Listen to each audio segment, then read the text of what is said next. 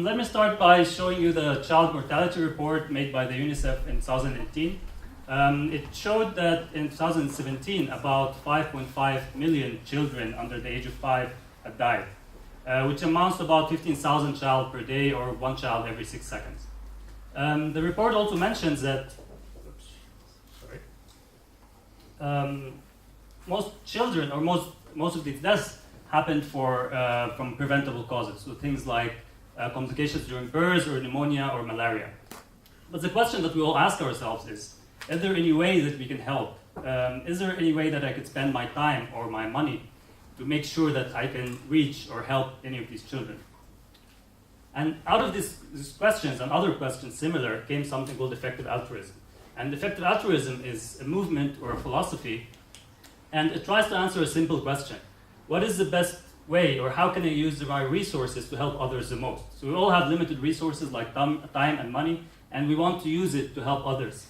But the key word in effective altruism here is the use of evidence and statistics and careful analysis in order to answer this question. So doing it actually in a scientific way. There can be a lot of difference in effectiveness between one charity and the other, and it's estimated that it can be in terms of hundreds or thousands. GiveWell is a foundation that is inspired by effective altruism, and it tries to use a lot of research in order to rank the effectiveness of different charities. And for a charity to be considered or included in these rankings, it needs to provide a lot of evidence and a lot of facts and be transparent enough in order to be included in the rankings. And through their website, you can actually see the profile of different charities and see how they spend your money. Another important question that effective altruism tries to answer, which is especially also important for young people or people looking for a career change, is what kind of career path can I choose in order to maximize my help to the world? So basically, what job helps people the most? And try to think about it in your head for a second. What do you think is the job that's most helpful? You might think it's being a doctor or working in something like cancer research. And of course, these jobs are very important. However, effective altruism suggests that the most effective way is finding a job that pays the most. Think about it this way: the more disposable income that you have, the more you can spend on charity. And this is especially true in Western countries, where the average income is much higher than that in developing countries.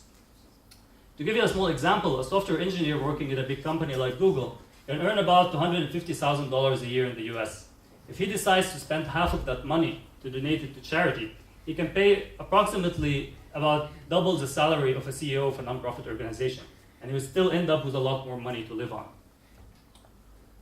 Another important question also that effective altruism tries to tackle is what kind of causes are more important than the others. So we all hear about different causes, things like climate change, like factory farming, but we would like to know, what should I spend my time or my resources on? A group of researchers inspired by effective altruism tried to come up with a framework to answer this question. And they wanted to do it in numbers, basically. And they came up with 3 factors in order to estimate the effectiveness or the impact of a certain problem. The first factor is that it has to be great in scale, meaning that the more I solve the problem, the more good that comes out of it.